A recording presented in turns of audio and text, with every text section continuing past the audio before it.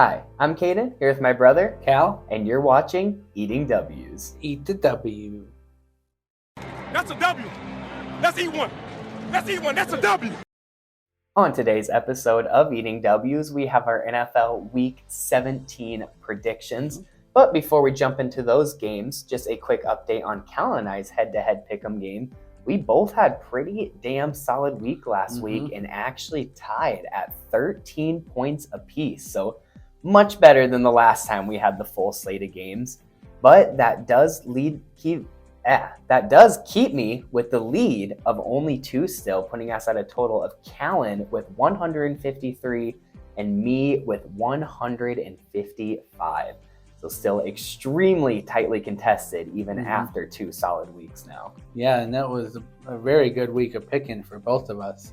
But it's still just within range, so just need to get one good week where you have a couple of them off, and maybe this will be the week with a big double header. Yep. Now we will have a regular season winner, but the pick'em game will continue through the playoffs, and the true winner won't be until after the Super Bowl. So it's getting towards the wire there for the regular season at least now. But now jump into the Week 17 games. Just a quick disclaimer. It is not a very good week, to say the least. No. But nevertheless, as already mentioned, it is a full slate of games. So there's still going to be some good NFL football happening, even in the garbage matchups. Oh, yeah. But there sure are a lot of those garbage matchups. So there's something bound good to happen in one of those matchups. Something crazy will happen that we'll talk about, I'm sure. Exactly. So we're going to start off with our predictions with an NFC North matchup with the Chicago Bears heading to Detroit to take on the Lions. And we agree on this one. We both have the Bears. And I have the Bears marked as my upset. I think Justin Fields has been continuing to prove himself as not really an elite quarterback by any means or anything like that, but an elite effort, an elite winner. Just he wants to go out there and he wants to win however means necessary, even if he has to quite literally throw his body on the line, it seems like sometimes there in Chicago. Kind of does. But I think that the Lions are going to come out, and I think that this could easily be one of the best games of this week, especially looking at these matchups, just true like point-wise and total-wise and stuff like that. But I think the Bears come out on top here. The Lions looked very flat last week and showed a huge weakness in their run defense. So I would not be surprised at all if David Montgomery came out and had just an amazing week. Same with Justin Fields, really continuing to use his legs to prove himself. But nevertheless, should be a hell of a matchup here. Yeah, it'll be a fun one to watch. And even though I don't have the Bears as my upset, I do have them picked to win because, well, it would help the Packers. And this has been a continuing trend. It has seemed to work in recent weeks. It worked very well last week. So I will continue to go with it until it doesn't, or until the Packers clinch. I guess once that happens, then no one has to win. Yeah, then there is an end point. So, but it'll be a really good matchup to watch with, like you said, Justin Fields. He's more of an elite athlete. I think that's what you were looking for. Yeah. But the way that he just kind of can take over games and against that, especially that weakened Lions defense, it'll be exciting to watch if he can really take it over. Yep, that's kind of what I'm banking on, is him on David Montgomery just combining for like 300 rushing yards. They sure don't have any receivers to catch the ball. Chase Claypool is hurt. Oof, so their big acquisition that they had to steal from the Packers is not paying off so well. And I think Mooney's still out. So is their number one? Mooney's out for the season. Their number one, Dante Pettis? I believe so. And then Chase Claypool, but he's hurt. And now that pick that they sent to Pittsburgh is now the number 33 overall pick right now. So I suppose that's a lot to give up for Chase Claypool. So God, that guy. He's a whole nother story to talk about. We'll save that for a different day. So moving on to our next matchup here, we have the Indianapolis Colts heading to New York to take on the Giants, and the first split for us here. Callan, I have the Giants in this one, and Callan has the Colts as his upset. Yeah, I'm hoping that Jeff Saturday can pull this one off for me because, well, as we've been saying, it would help the Packers if the Giants lost. So even though it's not very likely, I have this as my upset because it's the most unlikeliest to happen. Because the Colts are, well, I'm not really sure what the Colts are doing. They're playing Nick Foles, who's a 33-year-old veteran, when they have Sam Ellinger, I don't know what they're going with here. They're obviously going to move on from Matt Ryan. They're fighting for a playoff spot. Yeah. No, they've been out No, since like they are eliminated. they've been out since like week 10. Yeah. So it's really interesting to see who they're going to go with as their starting quarterback, whether it's Foles or Ellinger. But I'm hoping that one of them has at least one good game in them, and it's against the Giants. It's a good point. I didn't even think about that. Why wouldn't you give Sam Ellinger another chance? Because when they've given him chances in the past, the few and far in between, he's actually played pretty damn well for a rookie. So we'll have to see if they let him have another chance. But it's in New York. It's the Giants, who I already talked about, a pretty damn good team. I gave them a lot of praise last episode. I think it's just way too much for Jeff Saturday and this Colts team to try to overcome. When you get this late in the season, crazy stuff starts to happen, and a lot of spoilers start to come out and spoil other teams' playoff chances. But I just don't see it happening here, because the Giants themselves are looking to be in a pretty good position, but are still fighting for a playoff spot, just like a lot of other teams in the NFC are right now. So I think that they'll come out and play well and kind of beat up on this poor Indianapolis Colts team. Next up, we have an NFC South matchup with the Carolina Panthers heading to Tampa Bay to take on the Buccaneers. And another split here. I have the Panthers in this one. Callan has the Bucs. Yeah, and I mean, look, Brady, he's still got it. He can still do it. It may be against those weaker teams, but he still is able to show that he can just be a winner. And right now he's shooting to just win that NFC South, and I think he's going to be able to pull it off with a big win that I believe would clinch the NFC South or make it. I think if the Bucs two-team race. I think if the Bucs win, it clinches the NFC South for them. Yes, and then if the Panthers win, they would still have to win next week. Well. Right? So it would clinch the NFC South for the Bucs, and I think that's going to drive Brady to do just enough to get the win, as he has proved these last few weeks. Yeah, he definitely has shown that even if it's against garbage teams, even if XYZ happens, he is still able to lead those game-winning drives and pick up wins when his team needs them. But I think that the Panthers are going to really have a fire lit under their ass, because if you just look at their season, I mean, they fire their head coach, they lose kind of their ongoing all-star in Christian McCaffrey, they have a crap ton of injuries, especially at the quarterback position and trades there. And all of a sudden, they're still in this position, but they have a pretty damn solid chance to win that NFC South. And even if they're very likely just going to go in and get absolutely destroyed by the Cowboys or Eagles round one, still win that South and say that they went to the playoffs here in 2021.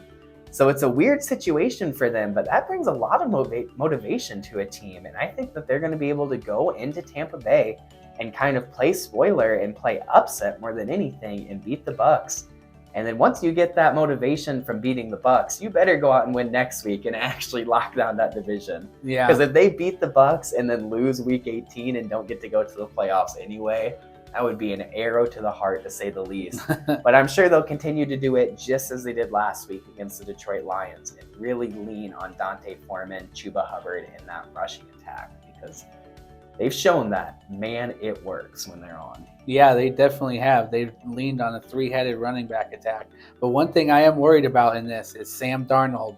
Sam Darnold against Tom Brady has not been a good record for Darnold. And you know how Darnold sees ghosts when Brady's over on the field. So poor Sam Darnold. I don't think he has a good record against anybody. That poor guy is trying his ass off constantly and just cannot get any breaks, to say the least. But that's what happens when you get drafted by the Jets. Look at Zach Wilson. It happens. So moving on here, we're going to jump way down the list and go to the game of the week, the ultimate matchup, and the chance for the Vikings to get revenge and knock the Packers out of the playoffs for once.